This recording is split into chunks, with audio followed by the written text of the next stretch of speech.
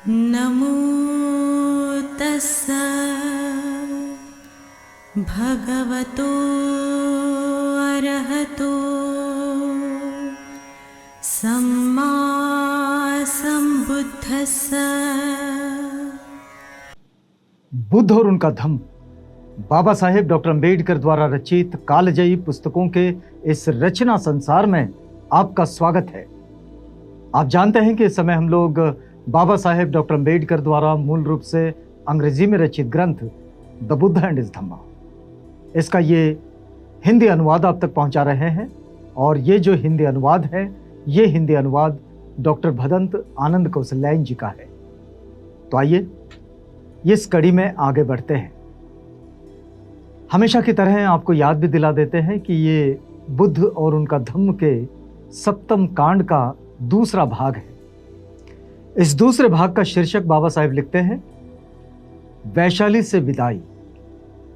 अब वैशाली से तथागत निकल रहे हैं और चूंकि आप भी समझ रहे होंगे कि ये बुद्ध और उनका धम्म के अंतिम पड़ाव की ओर हम लोग जा रहे हैं। बाबा साहेब लिखते हैं कि अपनी अंतिम चारिका के लिए निकलने से पहले तथागत राजगृह के गृद्धकूट पर्वत पर ठहरे हुए थे। राजगृह में थे गृद्धकूट पर, और वहां से अब वे अपनी अंतिम चारिका के लिए यात्रा आरंभ कर रहे हैं। कुछ समय वहां रुक रह चुकने के बाद तथागत ने कहा, आओ आनंद, अम्बलट्टिका चलें। अम्बलट्टिका में चला जाए। आनंद ने कहा, जो आज्ञा। महान भिक्षु संघ के साथ तथागत अम्बलट्टिका के लिए चल दिए। कुछ समय अम्बलट्टिका में ठहरकर तथागत नालंदा गए। नालंदा से वे मगध की राजधानी पाटलीग्राम, पाटलीग्राम मतलब पाटलिपुत्र, पाटलिपुत्र मतलब आज का पटना, यहां पहुंचे। और फिर पाटलीग्राम से वे कोटी ग्राम गए और कोटी ग्राम से नादिका। इनमें से हर जगह वे कुछ दिन के लिए रुके। वहां भिक्षु संघ अथवा उपासकों को प्रवचन दिए। नादिका से फिर तथागत ने वैशाली के लिए यात्रा आरंभ की। वैशाली का अपना एक महत्व है। वैशाली निगंठनाथ पुत्र यानी कि महावीर का जन्म स्थान था, और इसलिए वहां जैन मत का उसे गढ़ भी माना जाता था। लेकिन तथागत शीघ्र ही उन लोगों को अपना अनुयायी बनाने में सफल हो गए। यह भी कहा जाता है कि अनावृष्टि के कारण वैशाली में एक ऐसा अकाल पड़ा था कि बहुत लोग मर गए थे। जिस वक्त वैशाली के लिए तथागत यात्रा आरंभ कर रहे थे, उस वक्त स्थिति ये बनी थी कि अकाल पड़ गया था, कोई बारिश नहीं हुई थी, और उसके कारण वहाँ कई लोगों की मृत्यु हो गई। अब वैशाली के लोगों ने अपनी सभा में इसकी चर्चा की, और बड़े वाद विवाद के बाद सभी ने तथागत को नगर में आमंत्रित करने का निश्चय किया। अब सबकी समस्या ये थी कि भाई इतने लोग मर गए, कुछ परेशानी में है लोग, और अकाल पड़ा हुआ है। ऐसी परिस्थिति में तथागत को आमंत्रण दें या ना दें, इस पेशोपश में थे। वैशाली में इसके लिए सभा भी हुई, उन्होंने चर्चा की, वाद विवाद हुआ, और अंततः ये निर्णय हुआ कि हाँ, तथागत को आमंत्रित किया जाए, क्योंकि दिक्कतें थोड़ी व्यावहारिक भी थी तथागत के आमंत्रण के पीछे। क्योंकि तथागत अकेले नहीं थे, 500 से ज़्यादा भिक्षुओं का एक संघ भी था उनके साथ। तो वैशाली के पुरोहित पुत्र और राजा बिंबिसार के मित्र महाली नाम के लिच्छवी को तथागत को निमंत्रण देने के लिए भेजा गया। वैशाली के लिच्छवी ने यह निमंत्रण तय किया कि महाली को भेजा जाए, जो कि राजा बिंबिसार के बड़े अच्छे मित्र थे और वहाँ के वैशाली के पुरोहित के पुत्र भी थे। तथागत बुद्ध ने निमंत्रण स्वीकार किया और 500 भिक्षुओं के साथ चल दिए। जैसे ही उन्होंने वज्जियों की सीमा में प्रवेश किया, बड़ी जोर का तूफान आया। देखिए, ये घटना प्राकृतिक है, लेकिन इसको जोड़कर देखा गया कि जैसे ही तथागत ने वैशाली की सीमा में प्रवेश किया तो जोरदार तूफान आया और मूसलाधार वर्षा हुई और अकाल समाप्त हो गया। वैशाली के लोग खुश हो गए। और वैशाली के लोगों ने जो तथागत का इतना जो स्वागत किया, उसका मूल कारण यही था, क्योंकि तथागत के आगमन से उनके यहाँ जो अकाल पड़ा था वो अकाल ही समाप्त हो गया और बारिश होने लगी, जोरदार तूफान आया, तो लोगों को खेती किसानी के लिए वो आसानी हो गई, सुविधा हो गई और स्थिति अच्छी हो गई। तो लोगों ने उनका बड़ा स्वागत किया।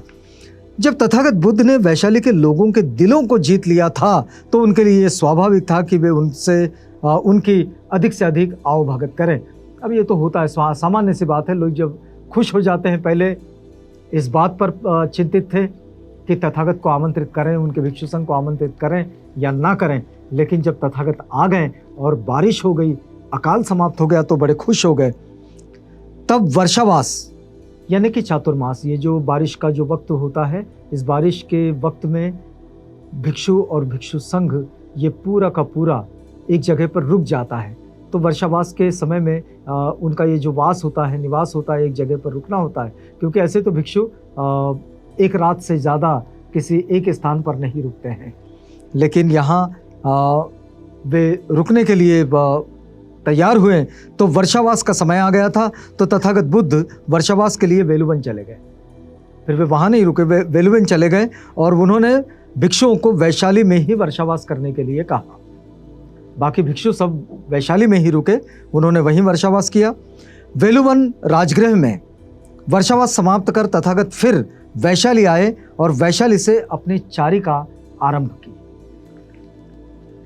वर्षावास समाप्त हुआ और वर्षावास समाप्त होने के बाद अब यहाँ से चारिका उनकी आरंभ होती है। एक दिन तथागत ने पूर्वाह्न में चिवर पहना तथा पात्र चिवर लेकर भिक्षाटन के लिए वैशाली में प्रवेश किया और भिक्षाटन के अनंतर जब वे भिक्षा ग्रहण कर चुके तो उन्होंने एक गजराज की तरह वैशाली की ओर देखा।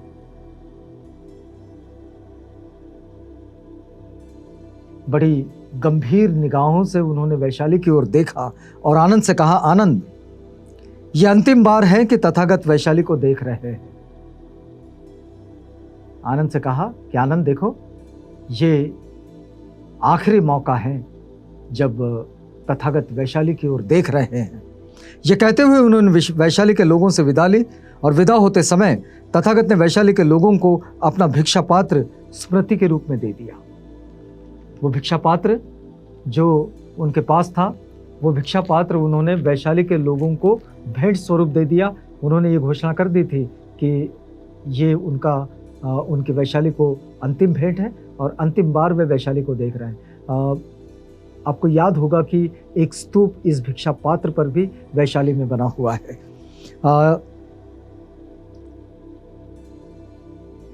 ये तथागत की वैशाली की अंतिम यात्रा थी और इसके बाद तथागत वैशाली नहीं ही आए, फिर वे वैशाली नहीं लौटे। अब पावा में पड़ा।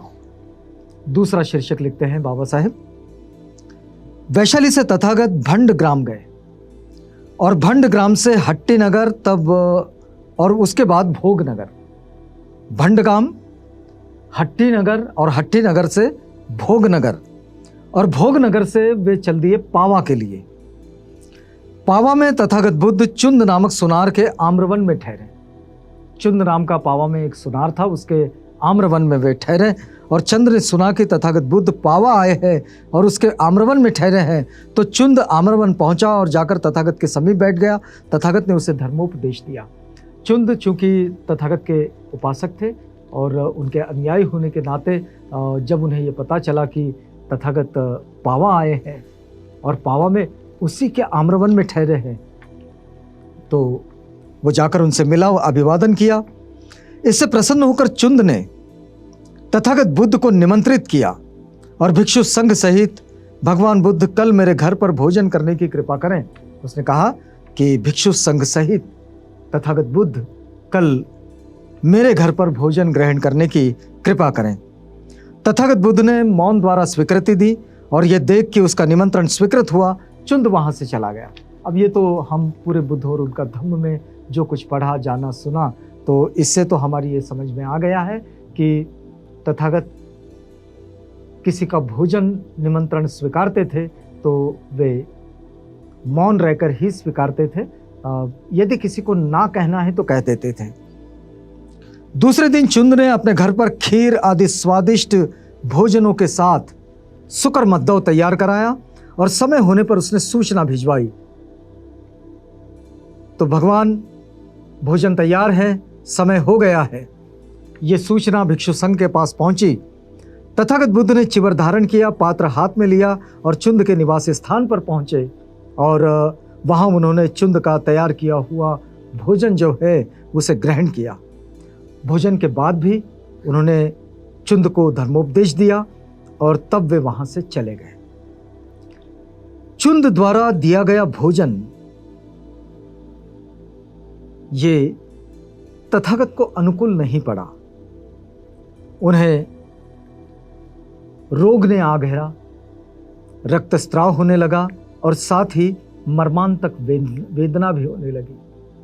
उन्हें कुछ तकलीफ होने लगी और लेकिन तथागत ने उसे स्मृति संप्रजन्य के साथ जैसे तैसे सहन कर लिया। तथागत ने उनके पास जो स्मृति संप्रजन्य था, मतलब अपने स्मृति के स्तर पर किसी वेदना को सह लेना, उसको सहन करना, तो ऐसे उन्होंने उसे सहन कर लिया और आम्रवन में लौटे और कुछ स्वस्थ होने पर तथागत बुद्ध ने आनंद को कहा, आओ आनंद, कुशीनारा चलें। भिक्षु संघ सहित भगवान बुद्ध कुशीनारा पधारे। तो यहाँ ये पावा का जो यात्रा है, उनकी पावा का जो पड़ाव है, वो पड़ाव इस तरह से खत्म हुआ। वे पावा आए भी, चुंद से निमंत्रण स्वीकार किया, उसके यहाँ से भोजन ग्रहण किया। भोजन ग्रहण करने के बाद उन्हें वो थोड़ा अनुकूल तो नहीं पड़ा और उन्हें कुछ रक्तस्राव भी होने लगा, उन्हें कुछ वेदनाएं भी होने लगी, लेकिन इन वेदनाओं को सहन करते हुए उन्होंने अपने आप को संवारा, संभाला और फिर आम्रवन में आकर रुके, चुंद के ही पावा में। और उसके बाद आनंद से कहा कि चलो आनंद, अब कुशीनारा चलें। तो भिक्षु संघ सहित तथागत बुद्ध कुशीनारा की ओर चल दिए। अब कुशीनारा की ओर चल दिए, ये उनके जीवन का अंतिम पड़ाव की ओर वो जा रहे हैं और ये अंतिम पड़ाव ही साबित हुआ है। इसकी पूरी जो घटना है और पूरी कहानी जो है, इससे आपको जोड़ेंगे, लेकिन इसके लिए आपको अगली कड़ी का इंतज़ार करना होगा, क्योंकि यह हमारा वक्त अब पूरा होता है। तो अगली कड़ी में आपसे मिलेंगे, तब तक के लिए हमें इजाज़त दीजिएगा।